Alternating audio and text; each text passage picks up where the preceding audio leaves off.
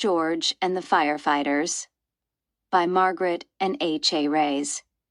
Illustrated by Martha Weston. This is George. He was a good little monkey and always very curious.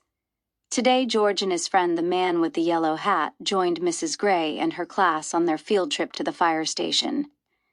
The fire chief was waiting for them right next to a big red fire truck. "Welcome," he said, and he led everyone upstairs to begin their tour. There was a kitchen with a big table, and there were snacks for everyone. The fire chief told them all about being a firefighter. George tried hard to pay attention, but there were so many things for a little monkey to explore, like that shiny silver pole in the corner. Where did that pole go? George was curious. Why, it went back downstairs. There was the great big fire truck.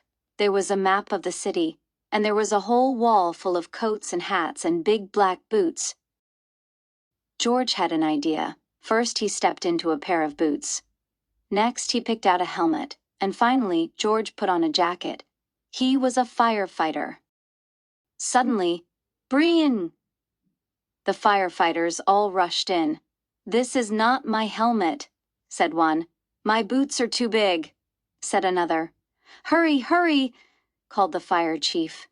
A bright red light on the map of the city told him just where the fire was. There was no time to waste. One by one, the firefighters jumped into the fire truck, and so did George. The fire truck with all the firefighters sped out of the firehouse, and so did George. The siren screamed and the lights flashed. The truck turned right, then it turned left. Woo, woo, woo, went the whistle, and George held on tight. And just like that, the fire truck and all the firefighters pulled up to a pizza parlor on Main Street. Smoke was coming out of a window in the back, and a crowd was gathering in the street. "Thank goodness you're here," cried the cook. The firefighters rushed off the truck and started unwinding their hoses. They knew just what to do, and George was ready to help. He climbed up on the hose reel. One of the firefighters saw George trying to help, and he took George by the arm and led him out of the way. "A fire is no place for a monkey," he said to George. "You stay here where it's safe." George felt terrible. George sat on the bench and looked around. Next to him on the ground was a bucket full of balls. George reached in and took one out. It fit in his hand just right, like the apple he'd had for a snack. A little girl was watching George. He tried to give her the ball, but she was too frightened.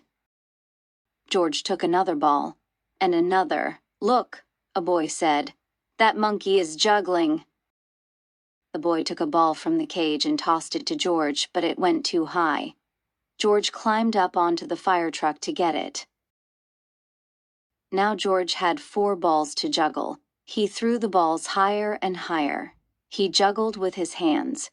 He juggled with his feet. He could do all kinds of tricks. The boy threw another ball to George. George threw a ball back to the boy. The little girl reached down and picked up a ball too. Soon all the children were throwing and catching, back and forth. The fire chief came to tell everyone that the fire was out. Just then, the little girl laughed and said, "Look, Mommy, a fire monkey." "Hey," called the fire chief, "what are you doing up there?" "What a wonderful idea," the little girl's mother said to the fire chief. "Bringing this brave little monkey to help children when they're frightened."